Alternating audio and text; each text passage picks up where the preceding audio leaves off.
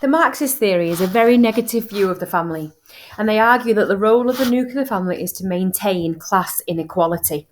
And there are four ways the nuclear family helps maintain this inequality, and the four are listed below. We'll take one each. The first one, inheritance of property by Frederick Engels.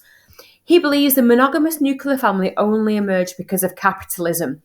Basically, the bourgeoisie needed to find a way to pass on their wealth to the next generation, but they needed to be sure that it was their generation they were passing it on to. Therefore, they had to secure who were their family.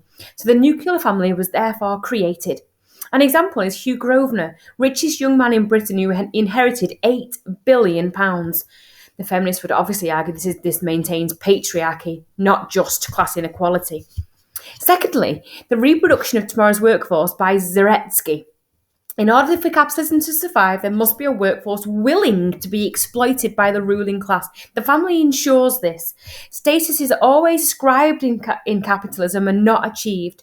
The ruling class socialise their children to be leaders, to be motivated, to be experts and have high expectations, and the working class families socialise their children to be passive workers.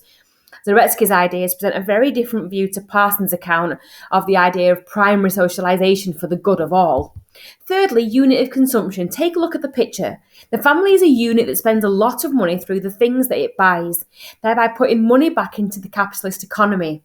Marcuse believes that we are led to believe we have these false needs via advertisements, media targeting children with pester power, needing the latest must-have gadgets and clothes just to be like their peers, and the result is that the small amount of money that they workers get paid gets right back into the economy and into the hands of the bourgeoisie. Fourth and finally, ideological functions. The family also ensures that the working classes are obedient. Children accept that they are being told what to do by their parents without any justification as to why.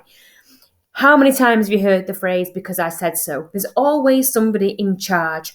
The cushioning effect suggests that we are brainwashed into believing the family has no connection to the economy, but actually it's the opposite. A similar idea to the Parsons warm bath theory.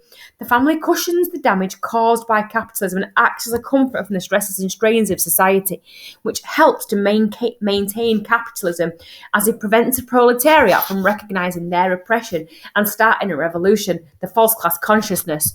So there are the four ideas, guys. In order to remember it really, really quickly and easily, this is a nice little acronym which might help. The RIC idea with the Marxist theory.